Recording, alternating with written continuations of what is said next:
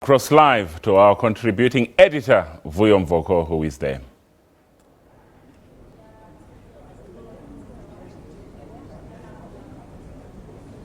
Well, thanks very much, Aubriel. Well, the things are coming to an end here at the ICC in Sandton. We've been speaking to a lot of leaders.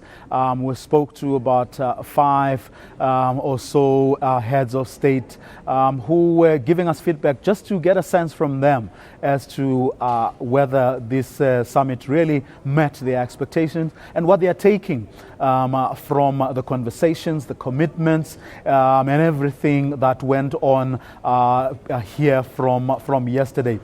All of them are bullish. All of them love what happened here, and they believe that the agreements that were reached here, they believe that the things that were said here, the commitments that were made will indeed take Africa forward. We did ask them, of course, also about whether, that criticism that continues, that of China being the new colonizer, albeit doing it very subtly, and they keep on dismissing that suggestion, saying China has actually, yes, China has been clever, is boxing clever compared to its Western counterparts. Yes, China tries to get out of these conversations and deals a lot for China itself, but they are saying that on the other hand, Africa is getting a lot more from these conversations, from these commitments,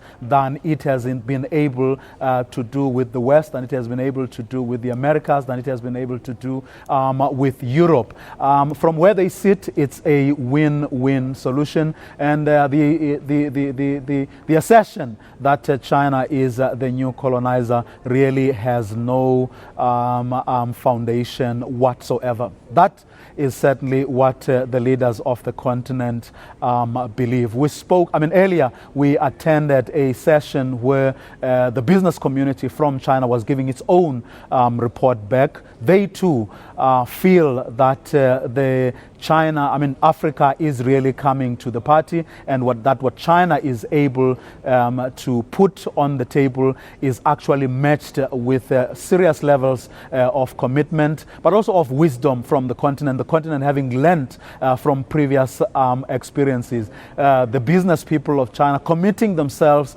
to ensuring that they will abide by the laws that are applicable wherever they will be on the continent, but also, and perhaps more crucially, pledging to actually add to the commitments that were made by President Xi Jinping yesterday, the $60 billion that everyone has been talking about. The business community in China saying they will be able to put additional resources, but they are going to work out how much and how and in what areas of our life. So all in all, everyone who's been part of the conversations that have been going on since yesterday, really feeling that this particular summit, perhaps more so than any other summit that came before it, has been very, very fruitful and profitable. Many thanks to our contributing editor there, Vuyo Mvoko, coming to us live from Sandton, north of Johannesburg.